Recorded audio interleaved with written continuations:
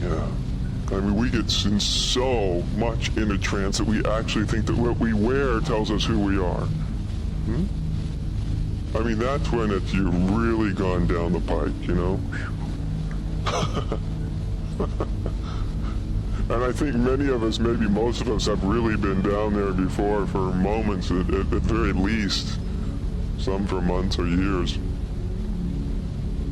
But in the same way, with the same sense of obviousness, that you can see that your shoes don't tell you who you are, that you can see that your body doesn't tell you who you are, although it is there, that your mind doesn't tell you who you are, although thought is there, that feeling doesn't tell you who you are, although feeling is there. And this removing of these veils opens your consciousness to the unmanifest. That which is not a body, a thought, a feeling.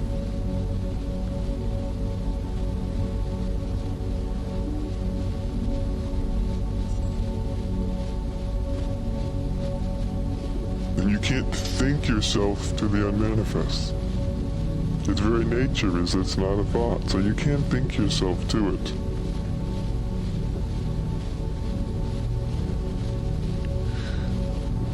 However, it's much more available through sensing it, to sense the unmanifest in your experience, in the moment, in this moment.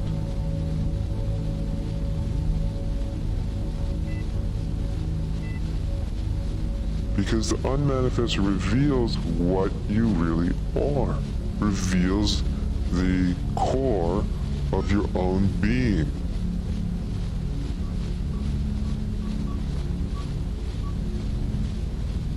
And again, the unmanifest is not something that is obscure. The unmanifest isn't abstract.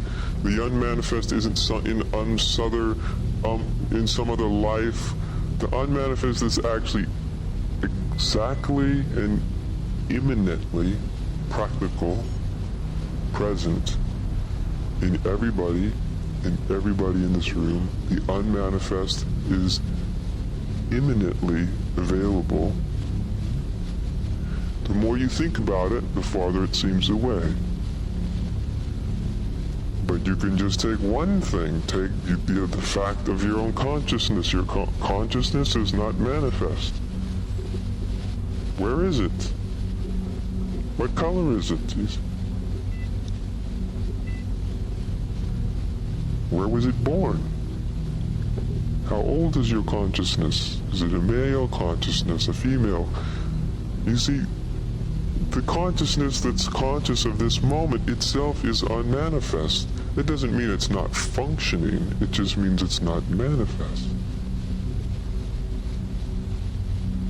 And that's just the tip of the iceberg. That's just one point of entry. That's one example of how eminently available that the unmanifest is. Now start to think about it and try to figure it out, and all of a sudden it'll seem like it's a million miles away. As soon as you try to grasp it in your mind, it's like trying to grasp the space in this room in your hand. As soon as you try to grasp it in thought, it is apparently gone. So really, spiritual awakening in its essence is this unmanifest, the unmanifest. You realize your essential nature is the unmanifest.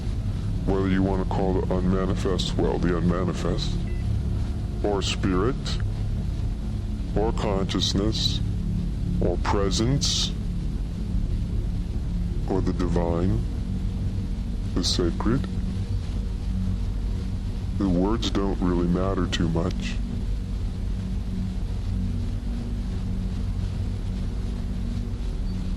but to sense the unmanifest.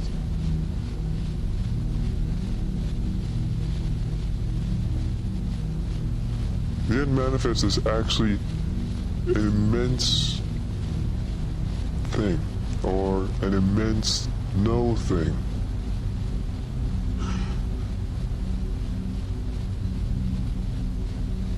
And this is where we meet as one. In the unmanifest, we are all the same. Absolutely the same, absolutely equal.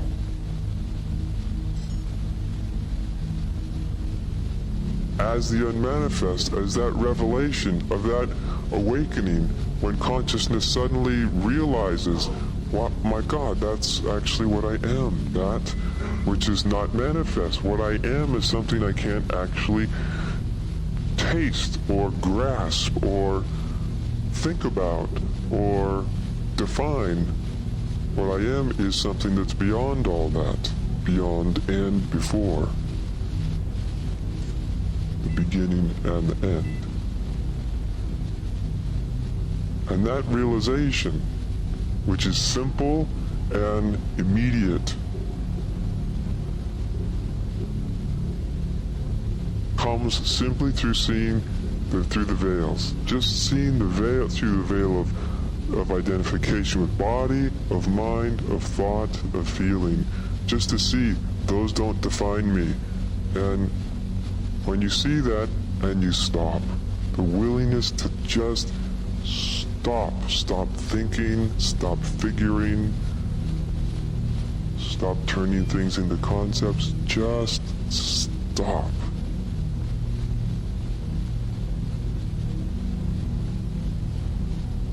Then your own nature as the unmanifest presents itself as that which has always been awake. It's the unmanifest that's always been awake within you. It's the unmanifest that's always been conscious. It's the sentience of our sentient being. It's the aliveness.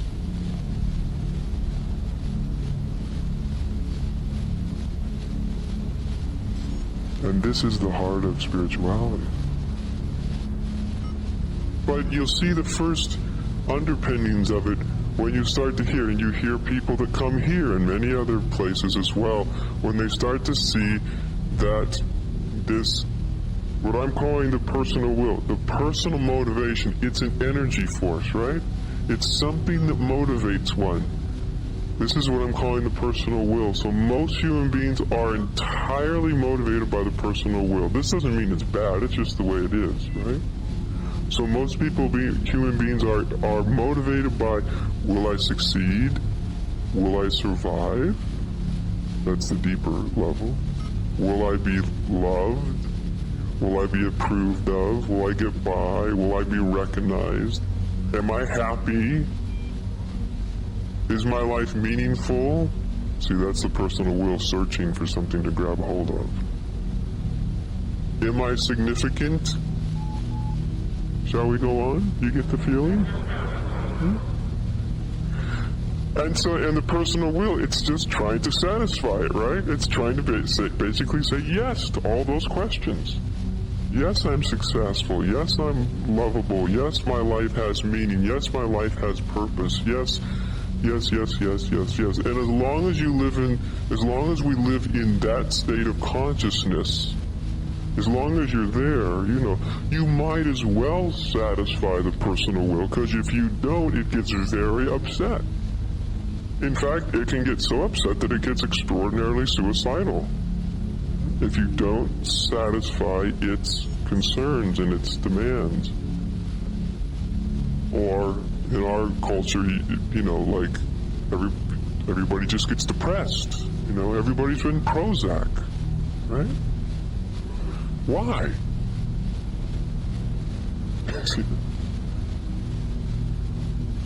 Well, I would suggest there's a lot of reasons, but this may be one of them. And the glimmer that this to move from this state of consciousness of the personal is not ultimately satisfying. It's not satisfying. Not in the end. And for most people, sadly, they only come to even begin to glimpse that until they have had some success, some achievement. Maybe they've raised their kids, they've gone as far as they can in their careers, they've, the old midlife crisis. That is nothing more than this state of consciousness when it starts to realize, I have achieved about as much as I'm going to. It's a downhill slide from here on out. You know what I mean? Physically, I'm as strong as I'll ever get. I have arisen in the company as probably as far as I will get. I have done about as well with my children as I can possibly do. Their lives as their own. So all the personal will stuff has, usually at that point, I have long ago, left my best looks behind me. And so there's not so much hope, right?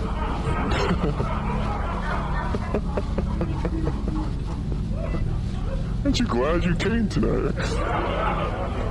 And so, as I've said, at that point, sadly, at least I don't know what women do so much, but, men, they start buying like 57 Chevys and redoing them, or, they redo whatever they were doing in high school or in some other earlier part of life that seemed more satisfactory, right?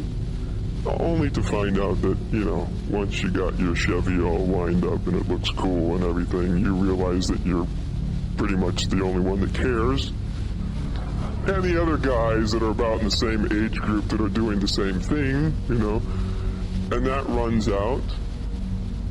So this is actually a very natural process that even way before we get into any sort of spiritual work, it is happening. The limitations of the personal show themselves up in life, and human beings by and large defend themselves against seeing this with everything they have. Every ounce of blood, sweat, and tears goes into defending themselves against this. And it survives right into the spiritual world. Don't deceive yourself, right?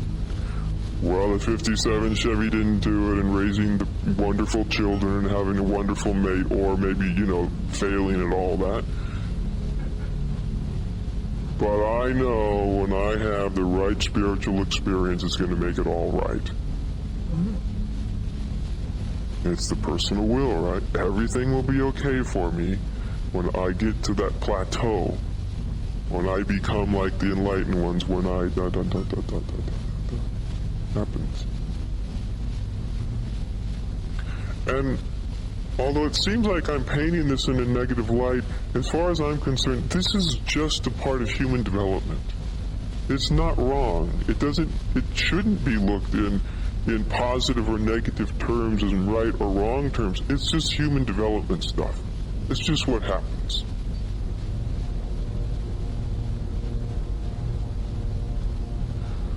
But really, when you really have a real glimpse into the truth of your nature,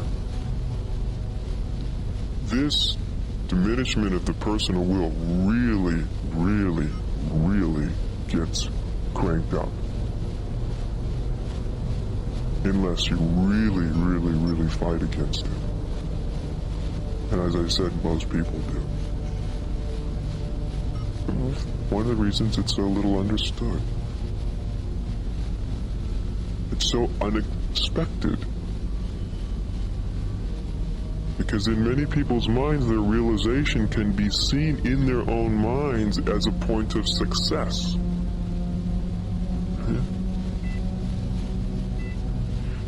You don't know that you're being set up for the ultimate fall.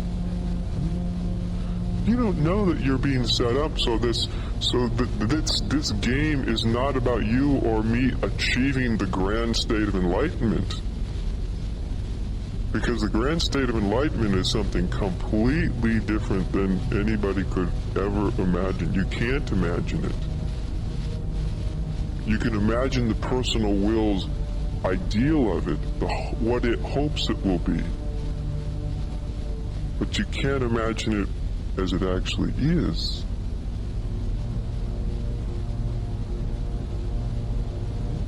And so as this ebbing away happens, if you resist it, it can be quite terrible,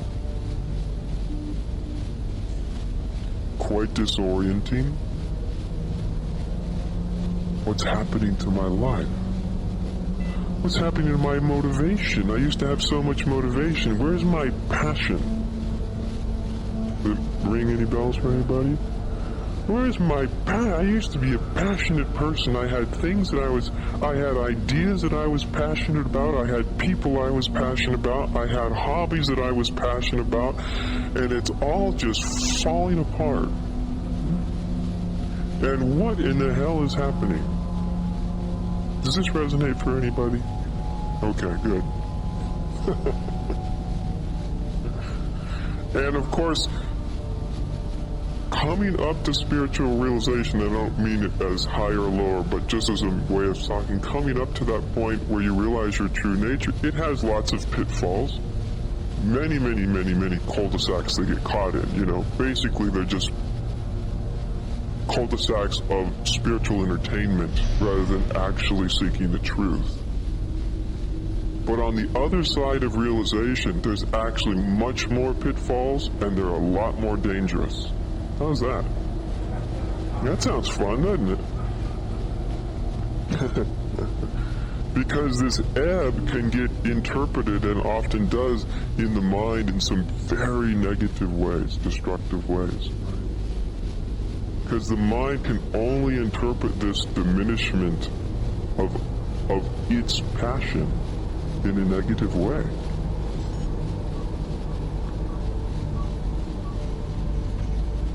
And so there's many cul-de-sacs and there's many places that one can get stuck that you really don't want to get stuck in. Lots of ways the mind will very negatively interpret what's happening. And that's one of the reasons I'm giving this talk, so maybe the mind won't do that so much. Because this isn't a negative process at all. It's totally natural. It's coming into a new way of being. That new way of being starts with the realization of your true nature. That new way of being really flowers with the diminishment of this personal will.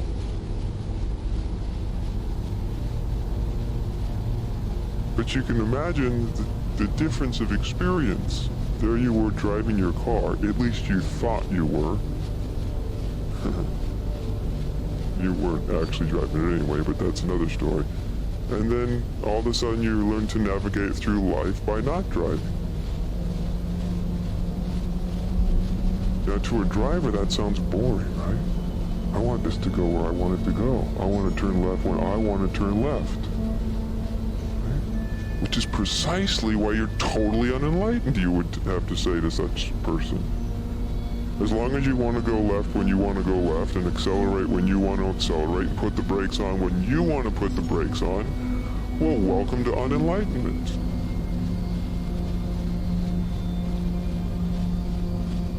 It's funny that a lot of people are trying to get enlightenment by doing just that very thing.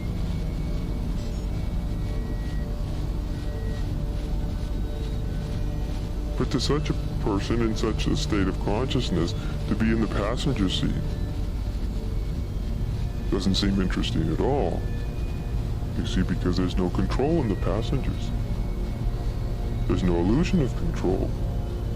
And who wants that?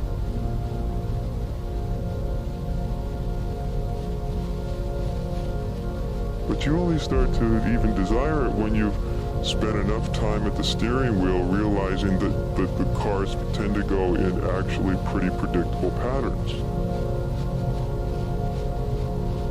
after a while, the scenery isn't particularly interesting anymore. It's not inventive enough. It's not creative enough.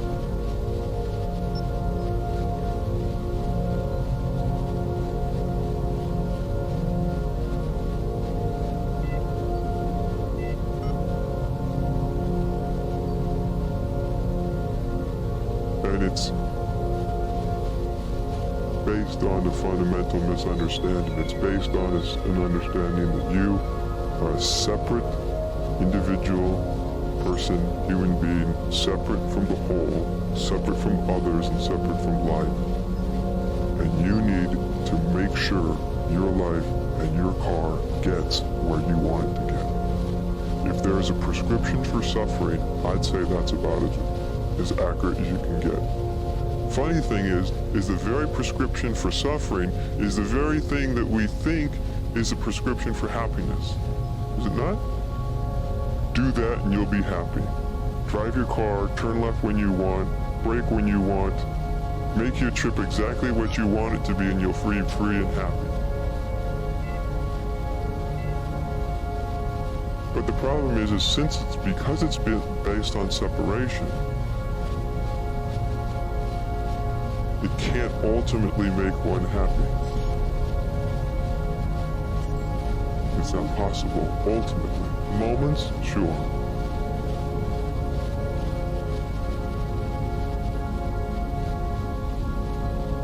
And about the time you realize that, you'll find yourself coming to a place like this. Somewhere. In some realm, in some time, in some way.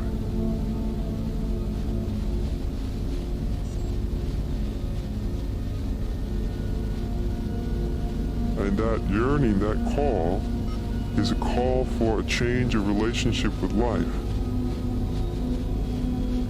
To wake up from being the driver.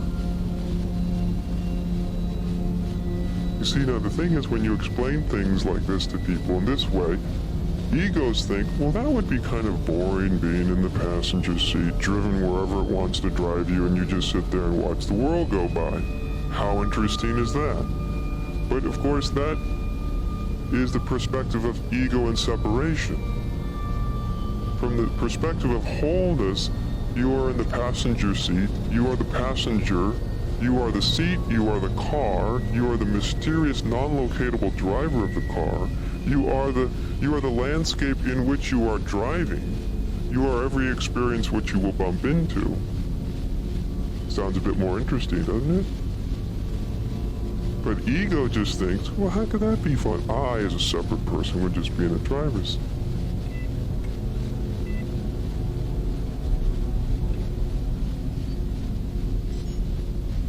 But actually, when you get yourself to slip over in the passenger seat, not as an ego,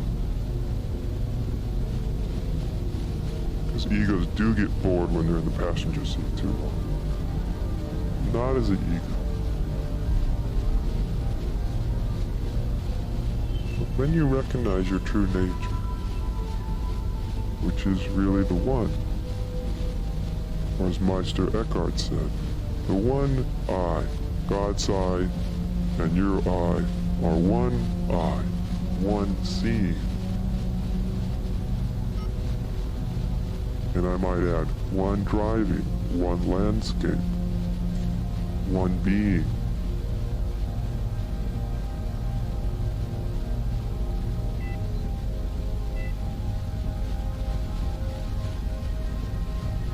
And all that's required is that we, for just a split second, drop our notion of ourselves.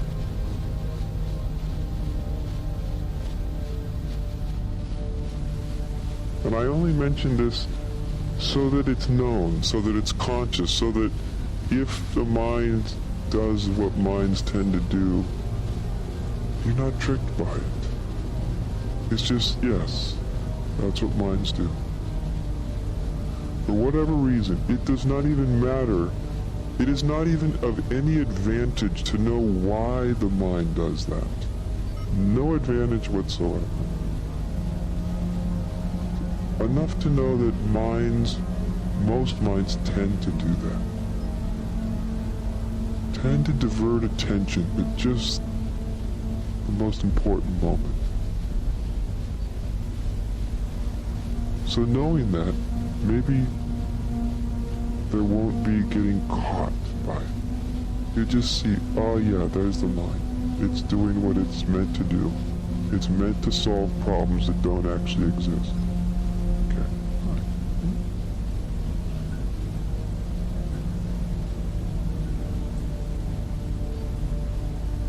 And then that availability, that sensitiveness remains, you see. Because that's the most important element, to remain in that state of receptivity. If one is not in a state of receptivity, there's nothing anybody can do.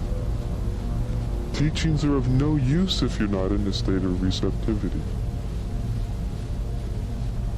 So the receptivity is very, very, very important. It's essential.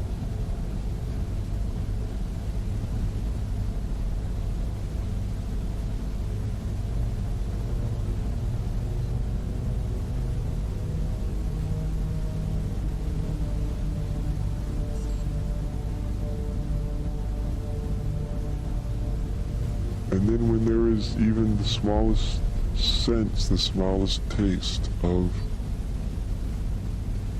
the living truth that what you actually are, is undefinable. We define it. I'm always defining it, but it is in the end undefinable. So we call it spirit or consciousness, because these are words for something that has no shape and no form and no color and no content and nothing to grasp on. Our true nature is very much like the space in this room. How are you going to describe? Imagine someone came to you that had never experienced space. It's kind of hard to imagine. What are you going to tell them? See what I mean? You can just hint at it. You can infer space. But how do you describe the space that's in the room that's all around you? Do you see, it's like that. What we actually essentially are is like the space in this room. It's not definable.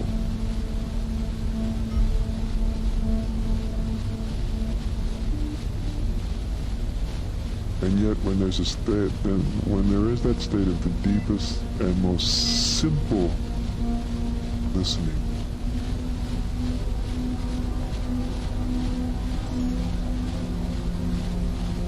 and it can be initially start to be intuitive, and later much more than that. But intuitive is just the sense that what you are has nothing to do with what you imagine yourself to be. What you are is not defined by the form and the shape you took at birth. Although the form and shape you took at birth is an absolute gift. In fact, it's funny that we only realize what an extraordinary gift it is when we no longer have our identity all messed up in it. Funny how that goes. But just that sensitivity. That is basically Spiritual Awakening 101. Totally uncomplicated, lacking in theory, lacking in any complicated theology. It's just an invitation.